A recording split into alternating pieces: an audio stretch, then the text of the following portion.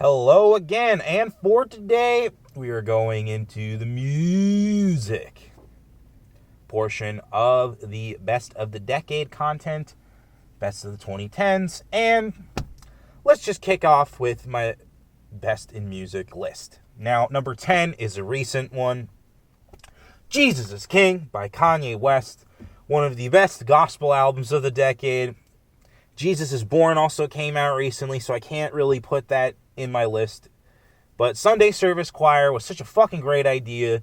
Kanye West is someone who's never really gelled with me musically. I really don't like 808s and Heartbreak. I could give less of a shit about Jesus and the life of Pablo.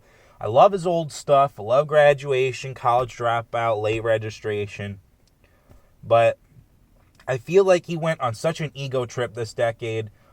And for him to create something like Jesus is King is a commitment to ego death. Even though he does have, his usual yay kind of like flow and shit. And, the way he just acts in public. However, I feel like this is a different side of Kanye that he never really let anyone see. And he's now showing to the world. And I think it's a really good thing. And I think the music in itself is quite excellent. I loved Ye versus the People before this came out. I thought that was a great take on shit that people needed to hear in this fucking country. And, maybe we do need a little bit of gospel music in our lives again. And if we gotta consume it through fucking modern hip-hop, I think this is a really great marriage. I think this is something that truly works. And I think this is something that is uniquely Kanye. I don't think anyone else could have done this. So this is why I give this spot on my list on number 10. Number 9 is the first album by Greta Van Fleet, Black Smoke Rising, with the burner track of fucking Highway Tune. This is a rock band that I thought was just some kind of gay indie hipster band that did not play rock and roll music. And once Highway Tune hits with that fucking big ass riff of I was just enamored. I was like, man, this is like if Led Zeppelin was still doing music and, actually good. But, yeah, Greta Van Fleet, my biggest surprise of the decade. Could not get enough of this album. Can't get enough of Greta Van Fleet, TBH. And it's something that me and my girlfriend vibe with together. So, really happy that this band entered my life. And here's to more great rock and roll tunes from a couple of young dudes. So, let's move into number 8. Number 8 is Professional Rapper by Lil Dicky, a.k.a. The Independent Variable, a.k.a. like 5 million different things. Now, Lil Dicky, this is an independent album from an independent rapper who was just doing music videos, and he kickstarted this album. It went fucking bug nuts over the internet. When the album dropped, there was like animated videos. Fucking the Save That Money video was just big. The one for Molly was crazy. The most recent one about not Earth. Earth is fucking trash. About the brain, that was nuts. Like, he just went for the hills and shot for the stars and put his Lil Dicky fucking flag on the moon. And yeah, these are great rap songs. Just like on top of it, it just makes me really happy that we have something this cool. And it's unfortunate that he's letting celebrity get the best of him with that fucking really awful song, Earth. Again, probably one of the cringiest ones of the decade. But enough on that. Let's talk about some good shit. Let's talk about some music. Let's talk about some music. Now, this is a deathcore band named Fit for an Autopsy.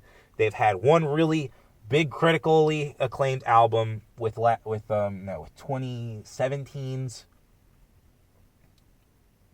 album that I forget the name of right now. But the best album they put out this decade is easily 2015's Absolute Hope, Absolute Hell. It's nihilist, it's misanthropic, it's just in your face brutality. The breakdowns are fucking monsterful. The sing screaming is incredible. It's just really raw and emotional. And the riffage is ferocious. I couldn't get enough of this shit. I was screaming these lyrics in the streets. I didn't give a flying fuck.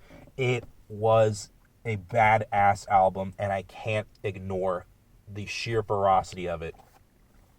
So let's keep going with some more metal music, because I am a metalhead in secret. If you know anything about the person behind this channel, I am a metalhead, and one of the best metal albums of the decade, at number 6, is The Living Infinite by Soilwork.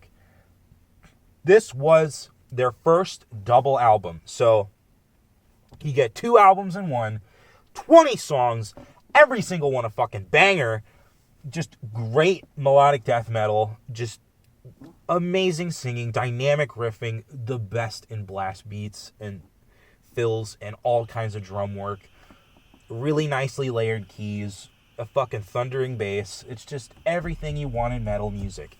And these Swedes are constantly at it. All of their other releases from this decade are in my honorable mentions, but this one in particular, The Living Infinite, big ass highlight of their career, and easily their best record. So let's move on to number 5 with some power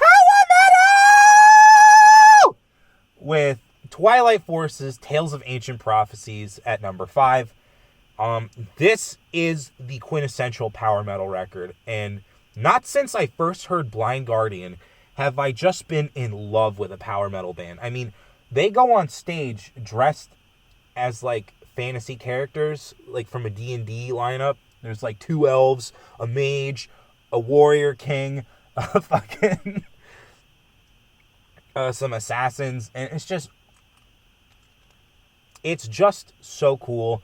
The music itself is just epic and soaring and grandiose. I can't get enough of this shit. Their newest album, Dawn of the Dragon Star, is phenomenal, especially with the vocalist change. But this first album was such a highlight at the time that I can't let it go. I really can't. It's just too good. So that's why Tales of Ancient Prophecies is at number 5. Number 4, we're going to go with Cattle Decapitation's Monolith of Inhumanity from the year 2012. Now, this was a big shift for this band. This band was just kind of a death metal grindcore hybrid band that we call death grind. They were really good. They did shit like Karma Bloody Karma. Humanure, I think, is the most famous album cover with a cow pooping a human. And, the Monolith of Inhumanity marked a really drastic change in this band where they just went crazy. I mean, they got Dave McGraw. He was on the album before, The Harvest Floor, and he just kind of said, you know what? I can drum real fucking fast, you guys. Why don't we just make the most pummeling death metal music of all time? Travis Ryan, a monster vocalist, just went, again, he went for the stars and planted a cattle decap flag on the moon with this kind of like melodic screaming and growling, like it's just like death metal opera. It's so fucking like out of this world, and I really can't get enough of how fucking delicious those vocals are. And every album since then with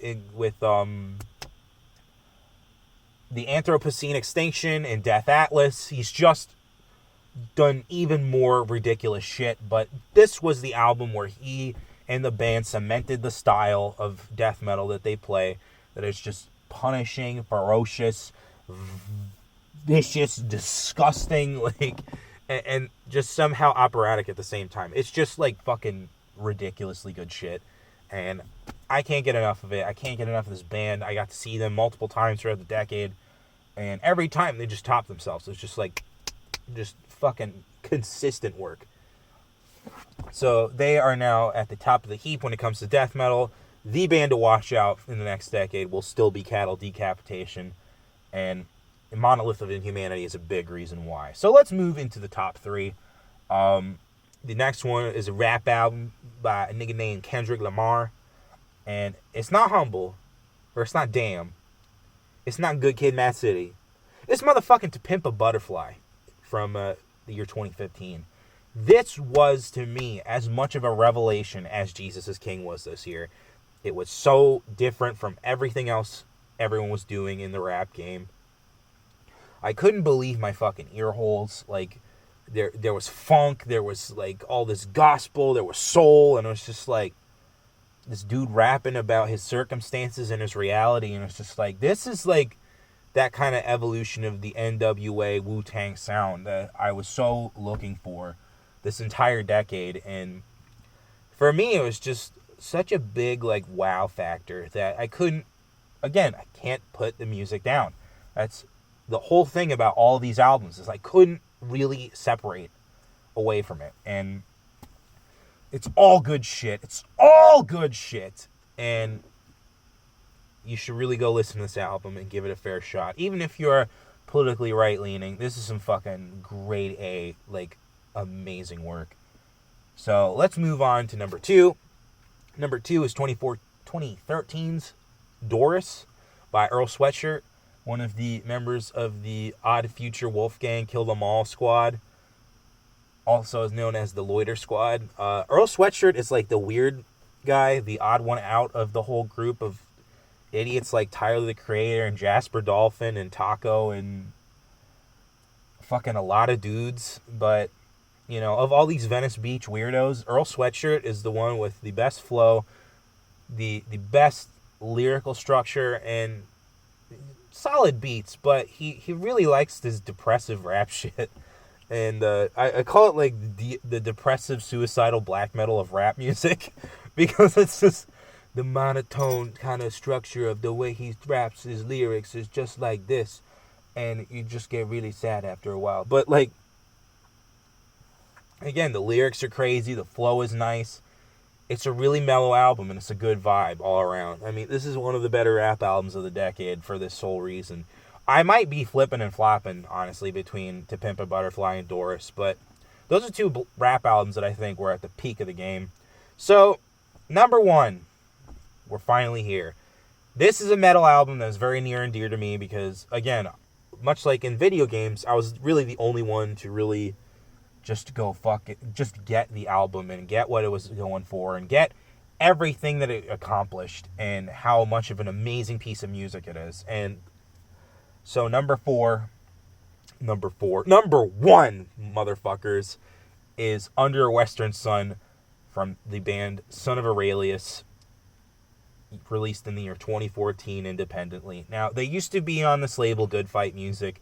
They put out a great tech death album, technical death metal, for all the normies, called The Farthest Reaches. And this is a Roman mythology-inspired tech death band, basically taking the Nile concept and applying it to a story about Roman mythology and doing all this crazy god-killing and shit. And it's great music. It's real fun stuff. However, with Under a Western Sun, they took the Son of Aurelius concept, talked about who Marcus Aurelius was and how he relates to the modern world, and, you know, just deliver this epic, progressive death metal album with lots of beautiful singing compositions from now acclaimed vocalist Riley McShane. You know, guitarist Kerry Geard delivering just serious melodic minor riffs. Just every fucking riff is a fucking hummer, bro. Like, I just want to hum it all day. And bassist Max Digman, who's also one of the producers on the album, really delivered not only a sonic masterpiece, but just the thunderingest, boomiest, most beautiful bass lines. And drummer Spencer Edwards delivers his swan song, because he did not die. He just got kind of over metal and doesn't play any more metal music. But what a drumming performance. What a fucking great recording of natural drum tones. And what a delivery of a band. That this music was so good, and because it wasn't just like the last album that came out also in this decade, nobody gave a shit. And to me, that is the crime, and why I have to, as a fan of metal music, put this at the top of the list, because it is a top tier album. Every time I put it on, I know every single word. I sing it to my heart's content, and I just can't get enough of this Son of Aurelius music. And if I had the money and the willpower, I would finance the third album easily, because holy shit, those guys delivered one of the greatest albums of all time, and unfortunately, no one will ever know. So, with my list out of the way, let's talk about music and schmusic and what happened this decade. So, there was a lot of streaming this decade, and in my first point, I would like to state that not only is streaming not good for the human condition in society overall, but streaming is not good for music. We see now that with the Silicon Valley startups that essentially deliver music to the masses through the streaming services, more money is being used to funnel the salaries of the tech workers than the people who actually put the music into the world so that way they can build these streaming platforms. So I think the balance of power must be shifted in order for the music industry to survive in this climate. Otherwise, we are going to see a lot of, problems arise in the music industry. A lot of it was caused by the events of last decade with Napster and LimeWire and, the pirating and torrenting of music. And they have not really solved that problem. So, again, that needs to be the key issue for the music industry going into the next decade. Let's move into the next point. And the next point is, of course, the fan comeback through the vinyl relaunch. Now, music has been notoriously on a decline as far as CD sales ever since the advent of the iTunes store and Spotify and streaming and all this shit. However, vinyl made a fucking ridiculous comeback this decade. A comeback that no one expected. And through all these ridiculous vinyl sales and, color variant vinyls and picture discs and reissues, we have now seen an industry that was collapsed come back like a phoenix from the ashes and really show that, hey, people want to buy music. They just want something that is a true collector's item. And that is what we get from vinyl. So it's time to get sad in the next point. It's time to remember all that who have died, because there have been a lot of important figures that are no longer with us in the entertainment industry overall.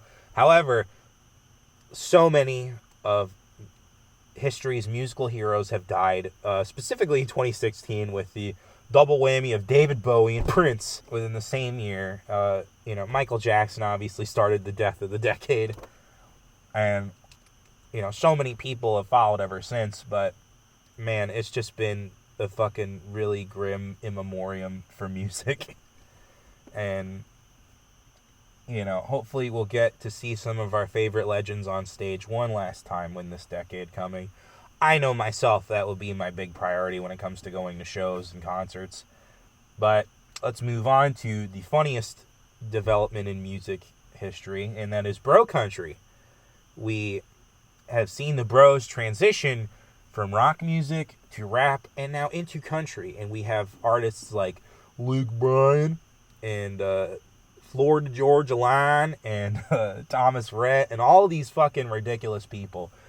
And by the way, not only will the list be in the description, and not in the description, in the sources section, there will be a video from 2013 that says why 2013 was an awful year for country music. And bro country is essentially what this awful music in country was. It is just this really cringy, stereotypical, hegemonic, like, we're going to just sing about the same 5 subjects every time and not give a shit about the results because we just need to have a variety of the same song. And again, bro country was just the funniest development in music history of this decade. It's just so fucking goofy. And to move on, let's talk about how instrumental music is now uncool. If you play an instrument, you're a fucking fag. And I just don't get it. I don't know why, it's so cool for you to, make a beat in your computer rather than, actually making a beat from samples and cutting and clipping and, basically being an audio editor. There is only a modicum of talent that comes from making beats in a computer through Ableton or whatever your software is. And to me, it's just yeah, you probably got a little bit of beats, rhymes, and rhythm, but, you know, it takes more than that to be a true sample artist. You know, it takes more than that to be a musician. And you have to have some kind of, at least rhythmatic skill, some kind of musical theory basis in order to really fucking blow people's minds. And it's a shame. However, all instrument music now thrives in the underground. I have seen such a vibrance in the city I live near when it comes to, these bigger shows are taking a financial hit. But that's okay. There still will always be a fucking audience for it. And that to me is something that's really cool, is that, despite all of the failings of the music industry, music thrives because humans need music in order to be fully complete beings. And, it's just cool that, despite all of the changes in the industry, things that people truly want are there at your convenience whenever you have the financial means to participate. And this is the final point of my music opinions, and I really don't like this, but this is more of a recent development, and it's that only the celebrity matters and the live performances not so much. And this is a result of pop music just becoming a fucking stagnant corporate behemoth of mediocrity and banality. And I really don't like this aspect, Like, I saw Katy Perry in 2014, and I thought she delivered a great show. But, after that, she just kind of became a fucking celebrity. And so the show suffered. And so, who gave a shit about if she was on tour or whatever? And, a lot of these bigger artists have had dwindling fucking concert sales. I remember at one point I did want to go see Iggy Azalea live because I wanted to see if this shit was real or not. And not her ass, of course. I meant her, like, her flow and shit. I wanted to know if she was not manufactured, essentially. And her first ever, arena tour was essentially canceled due to low ticket sales. And that was kind of comically and cosmically funny to me, because it's not about the music anymore with these fucking pop people. It's about the celebrity. It's about getting eyeballs on your fucking ass.